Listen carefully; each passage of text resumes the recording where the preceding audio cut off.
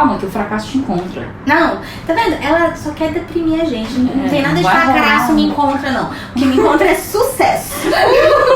Coaching by Adriana.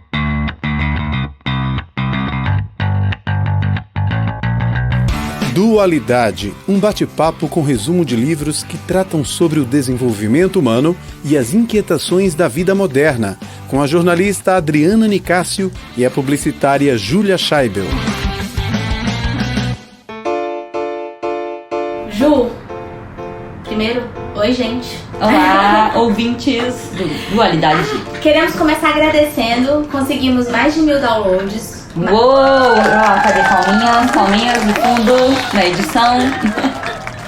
Então a gente começa esse livro, Filosofia do Cotidiano, de Luiz Felipe Pondé, gravando pela segunda vez. Não conta isso não, fala que a gente sempre arrasa de primeira. Então tá, a gente arrasa de primeira, mas dessa vez a gente tá arrasando. A gente arrasou a primeira. A gente quebrou a primeira. Porque são 23 capítulos e a gente começou a contar cada capítulo um atrás do outro, ficou horrível. Então a gente não vai dar esse desprazer pra vocês. É verdade. O que aconteceu? O livro Filosofia do Cotidiano, um pequeno tratado sobre questões menores, de Luiz Felipe Pondé. Foi uma escolha que eu não posso dizer nem que é minha e nem que é da Adriana. Posso dizer que é do universo. Por quê? Por que a escolha não é nem minha e nem da Adriana? Porque a gente escolheu esse nome pro nosso podcast. Esse é Dualidade, esse é Filosofia do Cotidiano. E aí eu dei um Google pra saber sobre filosofia do cotidiano, ver se existia. E aí tinha um lançamento do livro do Pondé. E aí foi a partir daí a gente falou, como assim? Já tem um livro com esse nome, então a gente não pode trabalhar esse livro. A gente já ia trabalhar sobre um podcast de resumo de livros. E aí sendo a gente comprou o livro e falou, não, peraí, vamos ler. O que ele quer dizer? Se pra gente filosofia do cotidiano tinha esse olhar de falar da nossa vida, das nossas experiências e da filosofia como um mote, mesmo como, né, que permeava o nosso pensamento sobre a vida e tal, a gente quis saber do livro do Pondé. E Pondé é extremamente escrachado, né? Então esse livro dele é pra te deixar completamente deprimida com a realidade à flor da pele. Então tem umas coisas, umas análises dele, umas visões sobre a vida, quando ele fala, por exemplo, lá na frente sobre o empoderamento feminino e todos os problemas que o fato da mulher estar mais empoderada traz para a sociedade, que você fica pensando, caraca, é isso mesmo.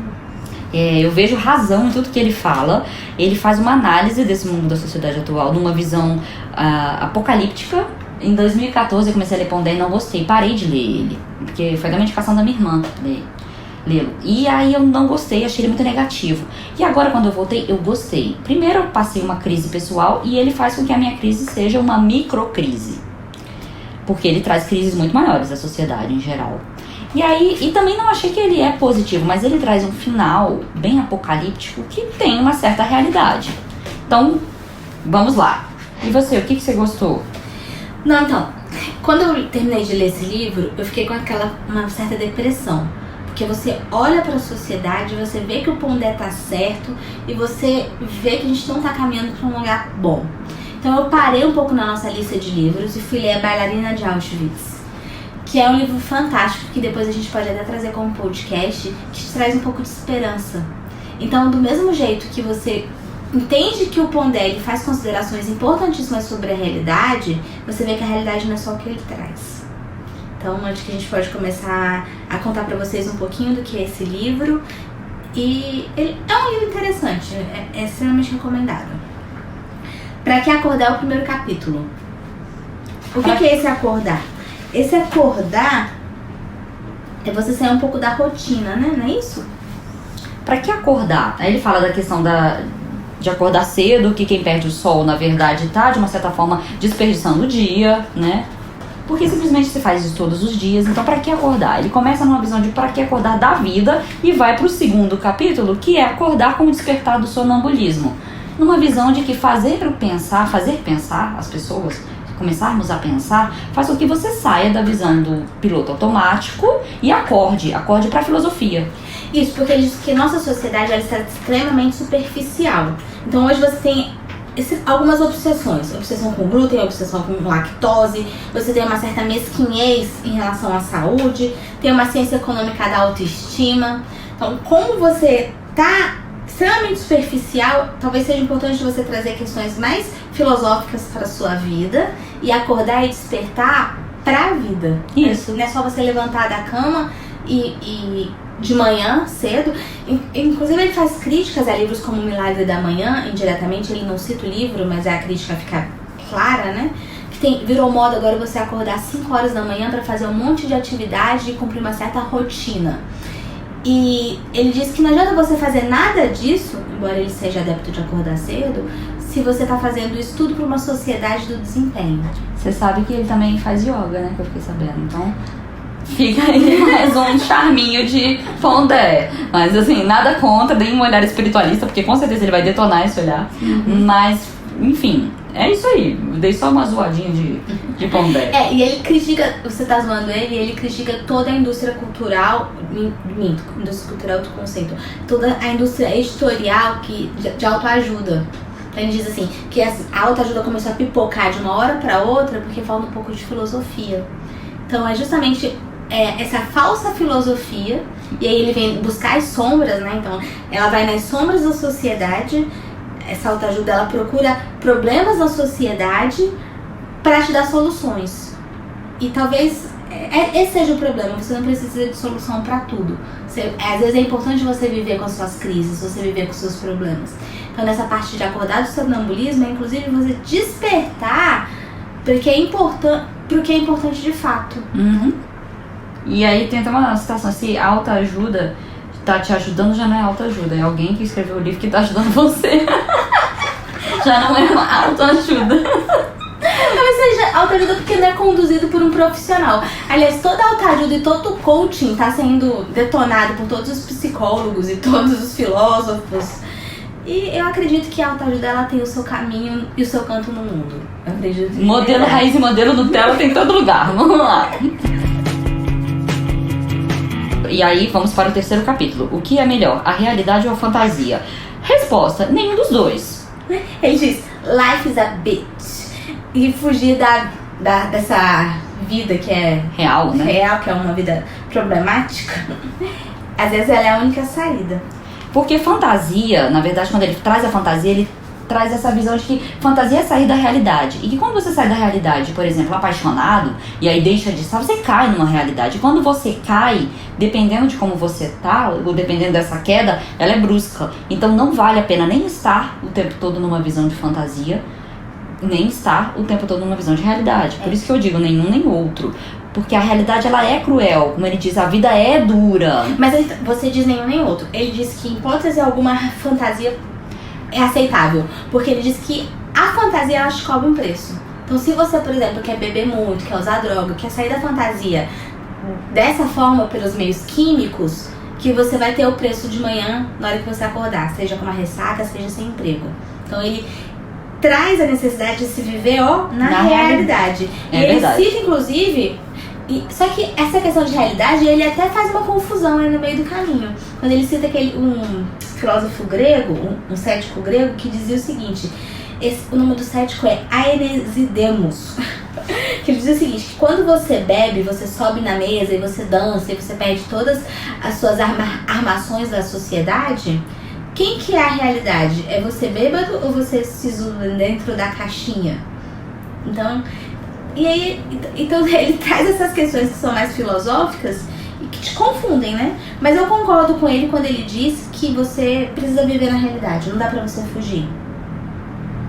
Ele fala inclusive que a visão de fantasia ela vem em tudo isso, né? Em coaching, em redes sociais, que tudo isso traz uma certa fantasia de que tudo é capaz, de ser competente, vai voar e tudo, as suas possibilidades, e que até o workaholic demais, e que tudo isso você vai ter um grande prazer e uma hora você cai. E quando cai é a realidade, prazer, né? Então, seguindo. Lá na frente, deixa eu antecipar um capítulo que você trouxe a questão do workaholic, que ele diz que às vezes as pessoas precisam trabalhar por prazer, que isso tá faltando, porque como você trabalha pela produtividade, você trabalha para ganhar dinheiro, você trabalha por outros motivos, você não se realiza no seu trabalho, você acaba se achando inútil no que você faz. E você passa 8 horas, 9 horas, 10 horas em função de alguma coisa que não te realiza. Eu percebo que vários filósofos trazem essa questão do trabalho no sentido de que você tem que ter prazer ou ver sentido nisso. Porque você passa muitas horas da sua vida trabalhando. Então, se você não tem essa conexão do trabalho com a sua vida pessoal, de sentido, de quem você é, vai ter problema. Eu já percebi que vários filósofos trazem isso, né? Que não é bem um prazer, pode ser significado, propósito, qualquer nome que você dê, para o trabalho, para o que você faz. E se não for no ambiente de trabalho, você sentir isso, sei lá, num voluntariado e outras coisas, também vale. Vale, mas o problema é que você passa 5 dias da sua semana, tem gente que passa 6 dias fazendo uma coisa mecânica, ou até mesmo um trabalho intelectual, só pra ganhar dinheiro. Então, mas aí que ele fala, você vai ver... Isso é de Não, porque você não levanta, você não consegue levantar da cama. Tadinho deles, é ruim. Mas também ter essa visão de que você vai amar todo dia, se chegar no trabalho, eu sou um jovem escolado que adora meu trabalho, não vai rolar. Porque ele fala, todo trabalho, que é um trabalho de verdade, que traz resultado, dinheiro, etc., vai envolver rotina, que vai envolver pareceres, que vai envolver burocracia. E como é que a gente resolve isso? Não tem, por isso que ele falou, fantasia ou realidade, eu gosto do meio, porque na verdade a hora você tá na fantasia, a hora você tá na realidade, a hora você tá no coach, a hora você tá na filosofia. Você tem que fazer um mix pra ser feliz. Por isso que a gente é inquietação com desenvolvimento, vamos lá. Aí pro 4º capítulo, voltando, a gente falou aqui do 3º, que ele citou sobre o que é melhor, realidade e fantasia, não temos resposta. Seguimos pro 4º, que é café da manhã, sozinho ou acompanhado. Gente, a gente também não tem resposta, porque também os dois são bons. Mas eu vou contar uma sacanagem que a Júlia fez comigo nesse relacionamento sozinho ou acompanhado. Vou contar pra vocês. Não lembro. Foi, eu tô aqui falando pra ela aqui. Júlia, não dá pra ser solteira, Júlia. Você tem que... A gente precisa de alguém, a gente tem que ter família, tem que ir pra... Porque como é que você vai chegar lá com seus 90 anos, 100 anos, vivendo, assim, totalmente sem companhia? Essa sem vergonha me disse o seguinte... Eu não lembro, que desespero. Eu já vou parar essa gravação. Quem garante que seu marido não morre amanhã e que depois de amanhã você não tá solteira? Falei isso. Falou. Isso me criou um drama muito triste. Seja feliz agora, se você não tá bem sozinho. Ou se você não tá bem acompanhado, resolva, assim. Então, a gente vai pular agora pro capítulo 5 pra falar de família, filhos e pais. O que eu fiz com você? Me desculpa, amiga. Porque eu tô muito arrasada pra falar sobre café da manhã sozinhos. Não, eu quero falar de café da manhã sozinhos, porque ele fala de padarias chiques, com uma mega estrutura, e você vê aquelas propagandas de tomando café maravilhosamente sozinho ou acompanhado, né? Com aquele cabelo molhado, como se tivesse recém tido uma noite tórrida de amor, enfim. E que muitas vezes isso não é realidade, né? Por quê? Porque quando você tem um relacionamento, você vive várias situações difíceis. Então, relacionamentos, para serem sólidos, né, eles têm essa dificuldade de que, com atrito, que é a aproximação, né, vamos dizer lá do espinho, você tem situações que não são tão prazerosas como essas propagandas de café da manhã, acompanhado ou sozinho. Ou então. sozinho. Mas o legal desse ponto, um item que ele cita, que é pra viver sem fórmulas, que é o desafio. Porque às vezes a gente quer estar lá na padaria, sozinho, acompanhado, lendo livro ou batendo papo com alguém, porque a gente tem um ideal de realidade, a gente tem um quadro que a gente gostaria de estar inserido naquele quadro. Então o desafio hoje é você viver sem fórmulas, viver sem dar satisfação, né, para a sociedade, ou até mesmo você se enquadrar em determinados conceitos que você achar que aquilo ali é o conceito de felicidade, pra você realmente se sentir feliz e se sentir pleno.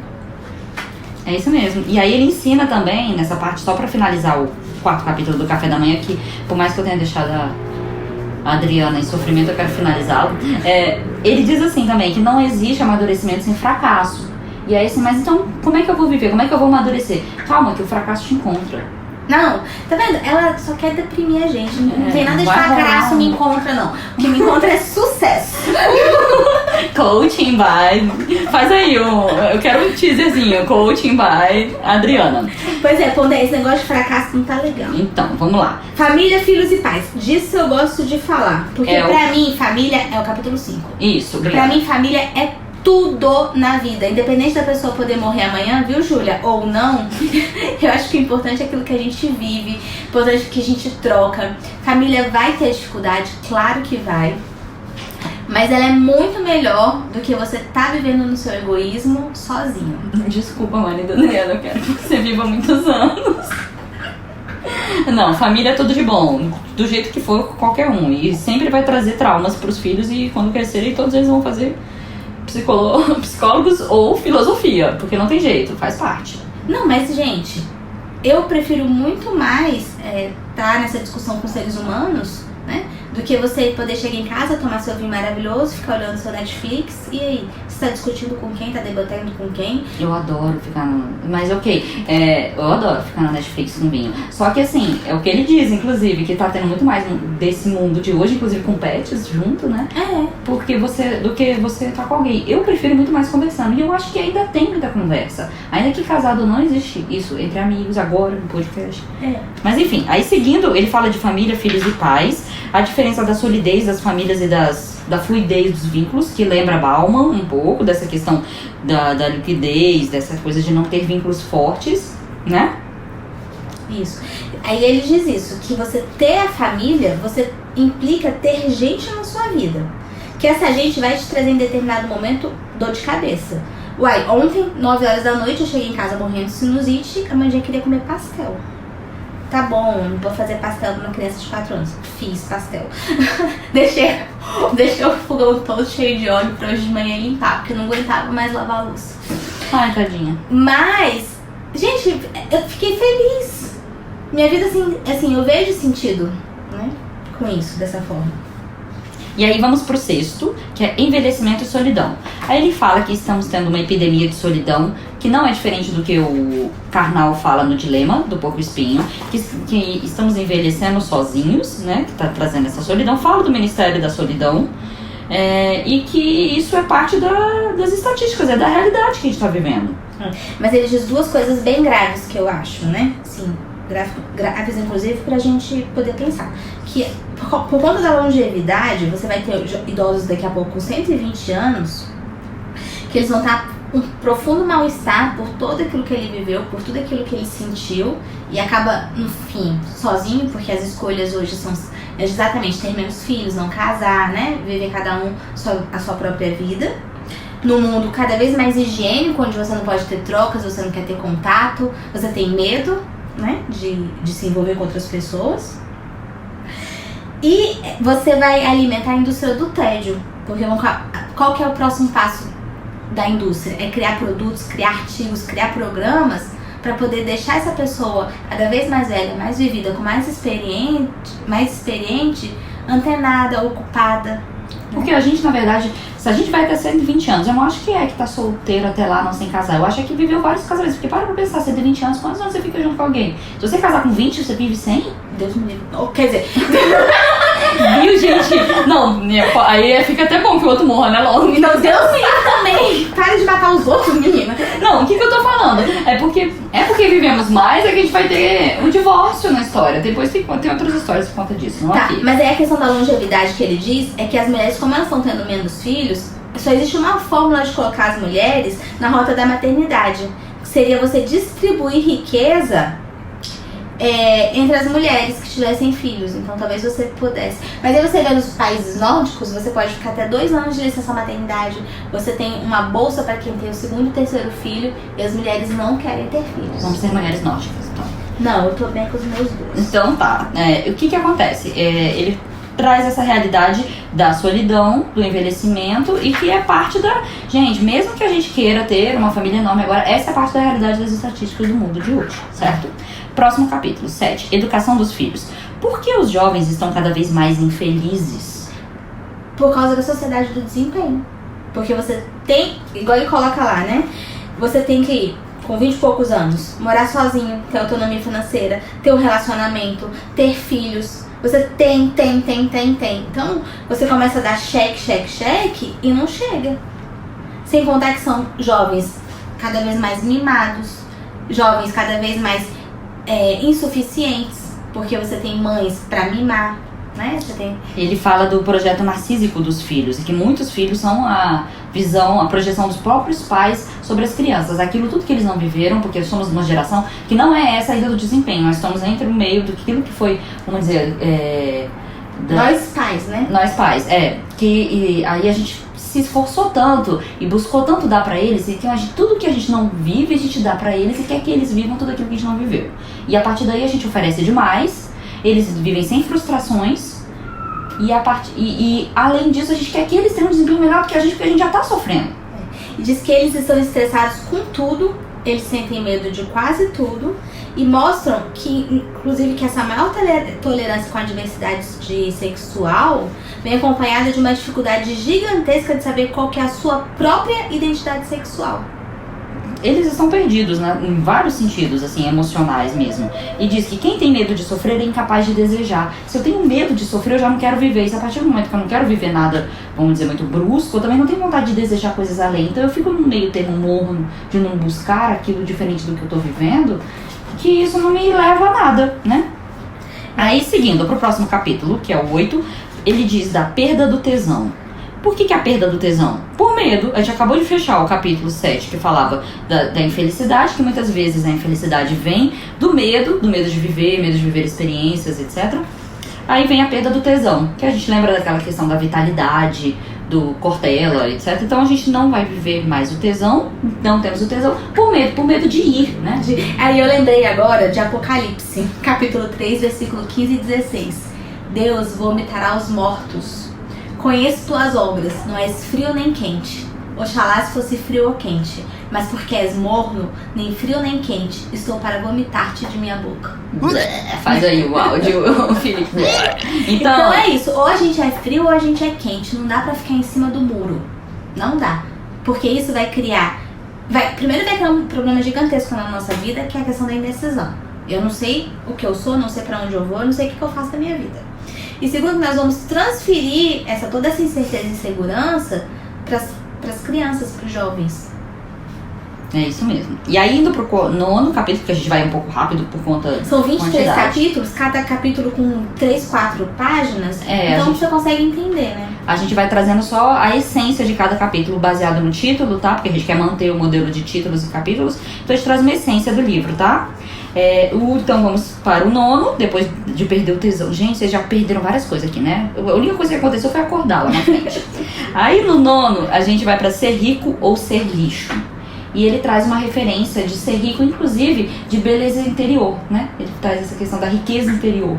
Até onde a gente está buscando tanta beleza, tanta coisa. Então você se sente um lixo, porque você não consegue ser tudo aquilo que se esperam de você. Você não consegue ser bom, então você é um lixo. Então ou é ser rico ou é ser lixo. Rico de quê? Dinheiro? Não. Ser rico de beleza interior, ser rico de virtudes. Então, porque você hoje não pode mais nem gritar.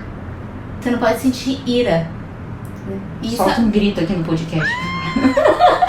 Você tem os direitos de viver intensamente as suas sombras, e nem tudo é só beleza, ele fala. Então, muitas vezes, essa riqueza que pede que a gente sempre seja tudo de lindo, tudo mais, tudo perfeito, e não é. A gente não consegue ser assim. Capítulo 10, ser bonito ou ser lixo? Seguindo a mesma essência do capítulo anterior, a visão que ele traz para o feminino. Porque a mulher ainda tem, além de tudo isso, a beleza exterior, a beleza interior, o fazer muito como mãe. E aí você também se sente um lixo, né? Não, e aí é um problema gigantesco. Porque a mulher, ela vive essa ditadura, né? Ela tem que ser assertiva, quando a gente gosta de falar pra caramba. Equilibrada, quando a gente tem TPM.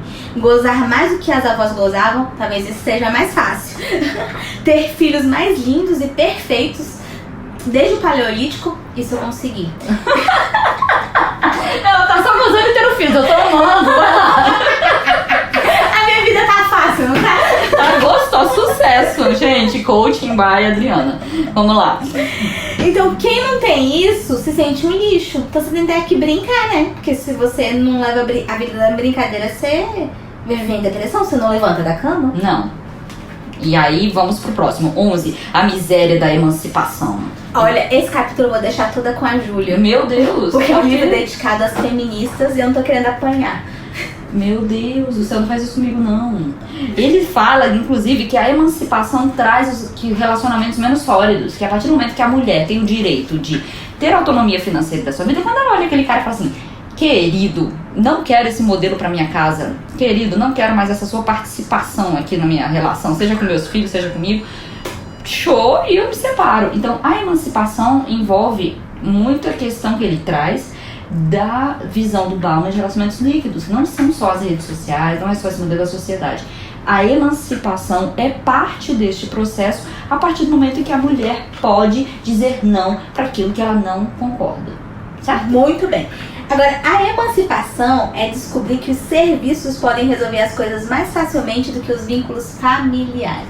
E eles são mais saudáveis. Pois é. Eu acho. Bem, o que acontece? Quando você tem vínculos que são pagos por aquilo, tal qual quando você trabalha, você tem um vínculo pago. E aí, a partir daquilo, você tem uma troca. Porque toda relação é uma troca. E aí, se você tem uma relação de, vamos dizer, com trocas financeiras, você consegue gerir de uma forma até mais saudável, é a minha visão. Então, mas eu penso que as pessoas, como elas estão mais intolerantes, elas não querem aceitar o outro que pode te ajudar sem que você tenha uma relação de subordinação. Então, por exemplo, se a minha mãe tá cuidando dos meus filhos, eu tenho que aceitar que ela cuide do jeito dela. Eu não posso, porque ela tá me fazendo um favor, ser do meu jeito. Então, se eu pago, a minha babá tem que fazer do meu jeito. Então, eu acredito que quando você começa a terceirizar e trazer serviços pra sua vida, você perde um pouco a tolerância. Ou você ganha mais do seu modelo de valores e de vínculos que você considera. Por exemplo, se você tem que aceitar o jeito da sua mãe, você perde espaço de autonomia. Eu perco, mas eu me torno uma pessoa melhor, mais tolerante, porque eu vou aceitar ela como ela é. E ainda vou crescer na minha personalidade como filha, porque eu volto pra dependência dela. Não, mas eu tô dizendo... Bem, eu acho que não precisa na necessidade. A minha visão é de que tem os seus espaços, cada um com a sua autonomia, né? Mas, enfim, ele traz essa visão e eu concordo com ele que realmente com a emancipação a gente não é que cria vínculos mais frágeis, mas que você pode escolher esses vínculos, entendeu? Porque, por exemplo, uma mulher que antigamente não tinha condição de se sustentar, ela não se separava. Se hoje uma mulher trabalha e ela olha aquilo e fala, é isso que eu vou ter pro resto dos meus 120 anos que eu vou viver? Entendeu? Você escolhe sim ou não. Eu entendo. Eu só digo a questão de você passar a tolerar menos. Hoje as pessoas toleram muito menos. Parte da infelicidade dos jovens que não vivem frustrações também, né? Então, bora. Capítulo 12. Miséria do empoderamento feminino. Que eu acho que é um pouco disso que a gente falou, né? É um pouco disso, a gente adiantou um pouco. Isso. A miséria masculina. Vamos lá, e ainda fica no capítulo 13, só pra ficar... No capítulo 13. Coitado dos homens. Porque como as mulheres são mais empoderadas, as mulheres sempre foram melhores que os homens. Que isso fique claro. Então... Porque este é um podcast feminino e a gente tá nem aí pro que os outros pensam, entendeu? A gente quer falar o que a gente pensa mesmo. A gente quer falar pra gente ficar cada vez mais feliz. Então... Eu não quero falar pra você entender, eu tenho uma reflexão. Eu quero falar pra eu ser feliz, isso foi ótimo. Bem, os homens, então, eles já eram inseguros com as mulheres como elas eram antes. Agora que as mulheres estão mais empoderadas, trabalhando mais emancipadas, os homens ficaram mais inseguros ainda. Eu acho que é parte do aprendizado da mulher. A mulher teve que lascou todinha pra buscar um ambiente de trabalho. Se lascou todinha pra várias questões na vida, vamos dizer assim, para chegar onde estamos e ainda queremos muito mais porque não estamos na igualdade. Esses homens não fizeram nada para conseguir onde estão. E aí com isso eles não têm aprendizado baseado em frustração. Vivendo esse estilo jovem que ele acabou de falar e das mulheres, nós passamos o amadurecimento que sofre. Exatamente. Então, isso porque nós somos mulheres falando. Se vocês, homens, acham que vocês fizeram alguma coisa pra merecer onde são, vocês façam um podcast. Ou mande meus comentários ou por e-mail que eu não vou responder. Não, pode mandar, eu respondo. Eu gosto de escrever. Então, a ideia de que as mulheres são sempre insatisfeitas aí é o Pondé falando, né? Porque na cabeça dele as mulheres são sempre insatisfeitas. Ele também diz que essa questão da miséria masculina, ele dá o exemplo de que muitas vezes a mulher, quando conta todo, vamos dizer, a capacidade dela, né, profissional, etc, e os homens ficam assustados porque falam, meu Deus, uma mulher dessa eu não vou conseguir conviver não. E ele traz até o exemplo da gíria das avós, que antigamente diziam, não fala muito não de como é que você, né, tudo que você tem capacidade, ou questões, né, porque ele pode ir embora, minha filha. Aí o Pondé já até brinca, ele falou assim, se ele não consegue sustentar um mulherão desse, é bom que ele vá embora mesmo. Então ele diz... Seguindo, vamos pro 14, que é a miséria do desapego e da gratidão como moda. Eu achei isso o máximo, que é você substituir a palavra gratidão por obrigado. Ele diz que isso é um completo absurdo, porque virou moda. Não porque a pessoa se sente grata pelo outro, que a gratidão eu acho que é o melhor dos sentimentos, e eu acredito que a gente tenha que desenvolver realmente a gratidão pelo outro. Mas você falar gratidão com as duas mãozinhas juntas e batendo a cabeça, assim, baixando a cabeça, só pra ficar na moda? É porque a palavra, ele explica, porque a palavra tem uma sonoridade diferente da obrigado. Obrigado diz que o outro tá obrigado a alguma coisa a você, a gratidão não. Mas a gente lendo esse capítulo, vê que ele tem a noção de gratidão. Que ele fala que gratidão é quando você recebe algo que de graça, você não fez o merecimento, você recebeu aquilo gratuitamente, de graça. Então, eu concordo com a visão dele de gratidão, sei que tá na moda, não sou contra a moda, acho gratidão fofinho. Pronto. Não acho legal.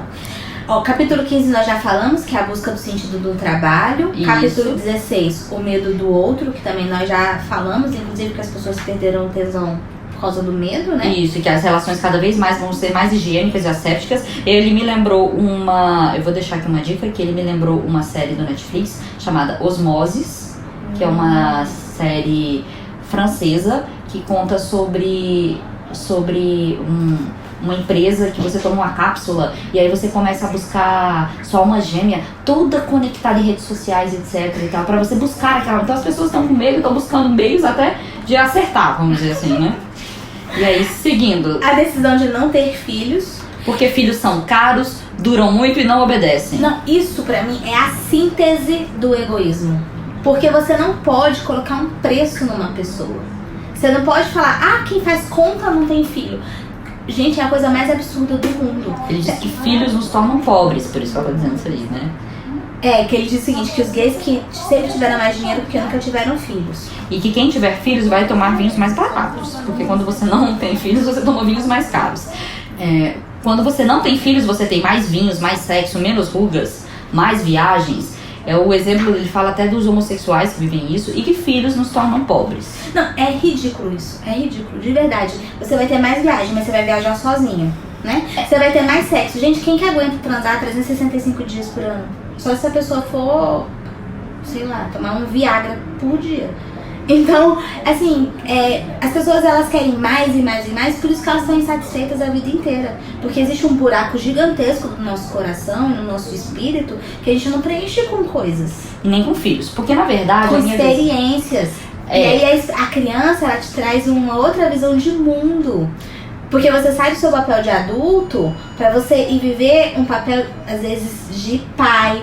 Porque não é só o adulto que trabalha, é o adulto que é pai, é o adulto que às vezes precisa descer no nível da criança pra se fazer entendido. Você sai do seu umbigo. Quando você é mãe ou pai, você sai do seu umbigo, sai da sua egocentridade total. Eu percebo até muitas vezes, você tá dodói, a criança tá dodói, você fica bom rapidinho pra poder cuidar da criança. Mas o que ele traz também é uma visão verdadeira, porque se a gente olhar, eu vou trazer só um modelo. Você tinha filhos 10, 12 antigamente, tudo no colégio público, numa mesma casa. Né? Hoje em dia, para você ter 2, 3, você tem que ter aquela estrutura da sociedade do desempenho. Então é isso que ele quer dizer que são caros. Porque se você tem 1 ou você tem 3, a diferença é muito grande. Para ter 3, são 3 colégios particulares, são 3 inglês, são 3 natação, são 3 tudo. E se você antigamente tinha 12, 10, 5, não fazia diferença dentro da proporção do ambiente familiar. Então, a meu ver, o problema não é ter filhos, mas o modelo da sociedade que a gente tem. Ou você colocar tudo na ponta do papel, achar que você precisa viajar demais, que você precisa comprar demais, que você precisa ter demais. Até porque filho não tá esperando isso. Filho quer a presença do pai, não precisa viajar, né? Ai, que fofo, aquela parte bonita. Capítulo 18, política, o cotidiano do eleitor real. Vai você aí, minha irmã, que você é mais politicada do que eu. Então a gente vai ter que dar um pause, porque esse assunto aqui eu achei meio chato. É quando ele fala das fake news. Ele fala que as pessoas estão falando sem conhecimento de causa, que a gente tem as redes sociais com muito mais pessoas falando que não entendem do que estão falando, né? Que estão simplesmente jogando suas opiniões. E aí vamos pro 19, que é o Data Science como espelho da alma. Gente, isso é muito legal, porque ele fala que a gente tá cada vez mais infantil. Ele traz o exemplo de que o que a gente posta no Facebook, no Instagram, é completamente diferente do que se busca no Google. As pessoas postam família feliz e vão estar buscando como aumentar meu pênis, como saber hackear o celular do meu marido. Então, o que há entre o data science, os dados, e o que é o espelho da sociedade é completamente diferente do que aquilo que a gente quer refletir. É porque ele diz que as pessoas elas estão mais incapazes de lidar com os dramas eternos da vida. Isso. Então aqui o algoritmo do Google, ele fala mais sobre a gente do que o nosso Facebook, nosso Instagram. Então eu quero dizer assim, pelo contrário, as pessoas me parecem mais infantis e incapazes de lidar com os dramas eternos da vida. Ponto.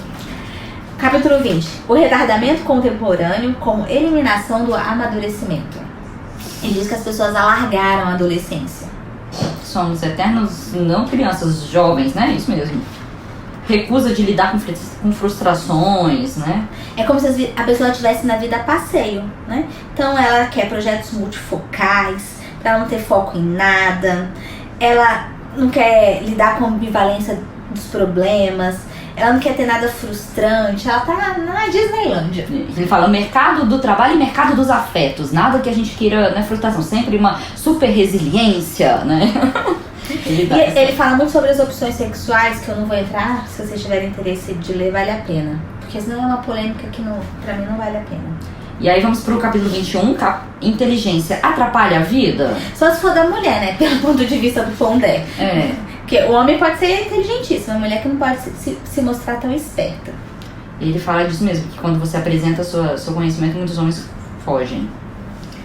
E aí, seguindo, a gente até falou sobre isso, que deveria ter uma dose de humildade, né? Enfim. Uhum. Aí vamos pro capítulo 22, que é a patologia da prosperidade. Quando Nelson Rodrigues dizia que dinheiro compra até amor verdadeiro, deixando os hipócritas do bem polvorosa, ele queria dizer, entre outras coisas, que dinheiro torna a vida afetiva mais rica, amplia a possibilidade de transformar em ato muitas potências reprimidas pela miséria. Vocês tinham que ver a cara da Júlia lá. O que você diz com isso? Ela abriu um olho bem grande. O que você quer dizer com isso? Que a prosperidade não é apenas um substantivo do mundo material, mas a prosperidade transformada em substantivo intransitivo faz do cotidiano outra forma de inferno. Não dá pra entender nada, né? Bem, ele traz eu ia trazer uma frasezinha mais simples do livro, ó. O fracasso humaniza, ao passo que o sucesso é um abismo moral da vaidade. Como é que é? O fracasso humaniza. A partir do momento que você tá na meta, você fala, meu Deus, vamos junto aqui, somos humanos, tô na merda. E aí ele diz que, ao passo que o sucesso, ele é um abismo moral da vaidade. Que aí cai, só vai, quando você tá vamos dizer, num sucesso, você entra no mundo das vaidades, é o abismo moral da vaidade, entendeu? Entendi. O capítulo preferido da Júlia, sexo no meio do expediente, capítulo 23. Gente, eu nunca fiz sexo no meio do expediente. Também não. Mas ele é meu preferido. Gente, então vamos torná-lo. Que se for acontecer, que seja com um namorado, alguém solteiro, eu conto pra vocês se é bom ou não. Já que eu tô solteiro, eu já brinco logo. Porque quando você terminou de ler o livro, foi o primeiro capítulo que você falou. Você falou, você viu o que ele falou sobre o sexo no meio do expediente? Porque ele disse que aumentou muito mais a proporção de sexo do que as mulheres estão trabalhando.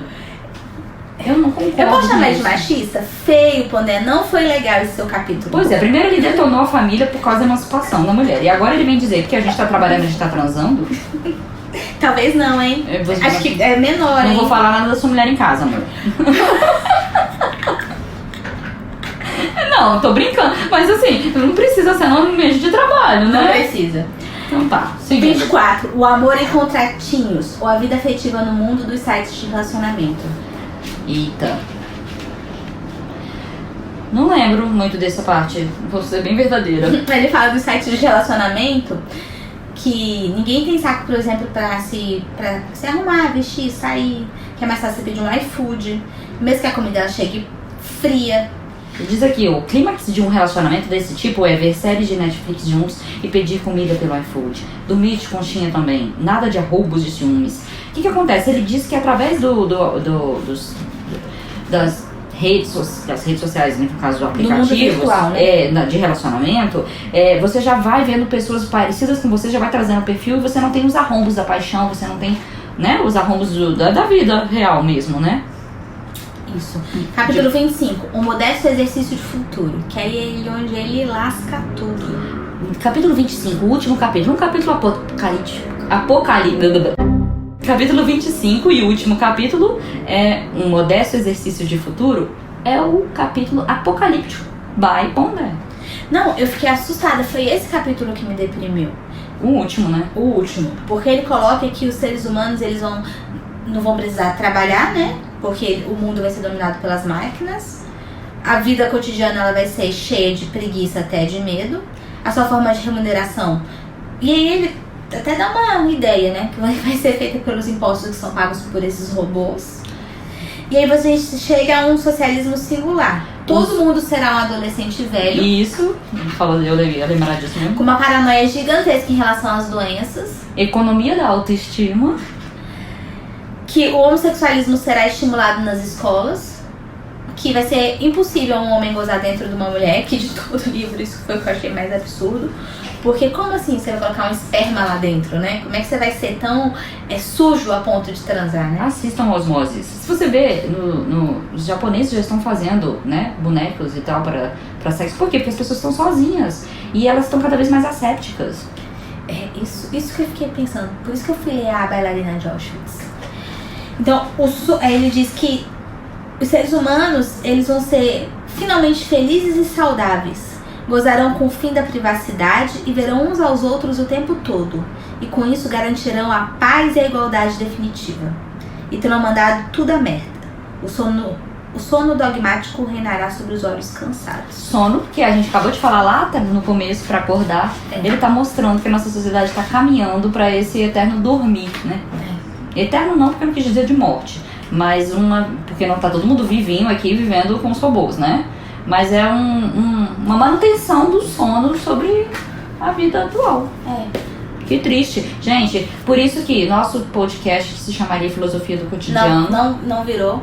Não virou e não vai virar. Pondé, a gente gostou do seu livro, mas você termina triste, tá? Não faz mais isso, tá bom? Amiguinho, não gostei. Mas é isso, gente. Muito obrigada. Valeu!